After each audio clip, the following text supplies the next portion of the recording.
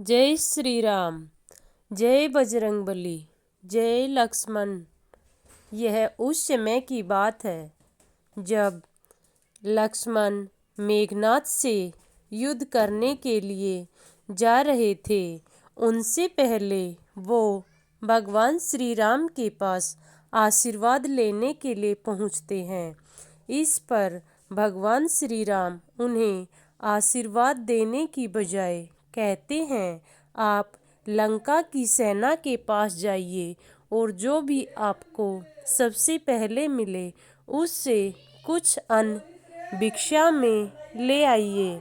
यह सब सुनकर लक्ष्मण बड़ा अचंभित होता है और सोचता है, मुझे आशीर्वाद देने की बजाय यह सब क्या कह रहे हैं, मैं भिक्षा क्यों लाऊं। यह सब सुनकर लक्ष्मण क्रोधित होते हैं, परंतु कुछ कह नहीं पाते और शांत मन से सोचते हैं, अब तो मुझे यह काम करना ही होगा।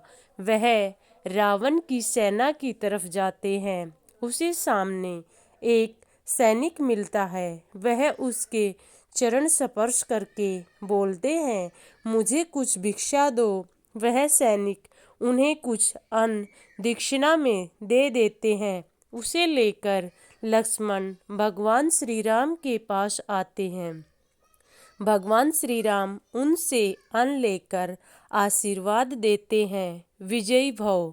यह सब देख रहे पास में हनुमान जी बड़े आश्चर्यचकित होते हैं और सोचते हैं, भगवान भी पता नहीं क्या क्या लीला रचाते हैं। फिर लक्ष्मण के युद्ध करने के पश्चात उनके पास जाकर वीर हनुमान बोलते हैं, हे स्वामी, मुझे आपकी बात ये समझ में नहीं आई, आपने लक्ष्मण से भिक्षा क्यों मंगवाई, उसका क्या तात्पर्य था।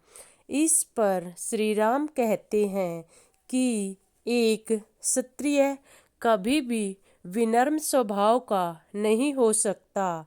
अगर उसके हृदय में विनम्रता है तो वह दया के पात्र है। इसलिए मैंने उनसे यही कहा, क्योंकि युद्ध में मेघनाद से लक्ष्मण कभी नहीं विजयी हो पाते अगर मैं उनसे भिक्षा नहीं मंगवाता। उन्होंने मेघनाद को मारने से पहले मेरा नाम लेकर ही बाण छोड़ा था, जिस बाण ने मेघनाद के शीश को धड़ से अलग कर दिया। अगर मेघनाद के हृदय में भी विनम्रता होती तो वे कभी नहीं हार पाते और लक्ष्मण को पराजित कर सकते थे।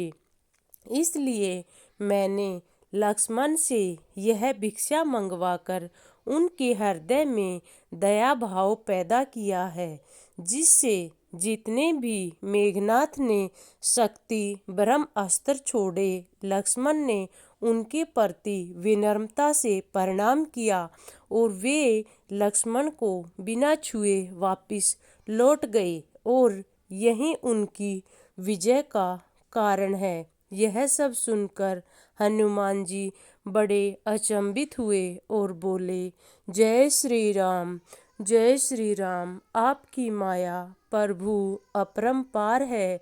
आपकी लीला को इस संसार में कोई नहीं जान सकता।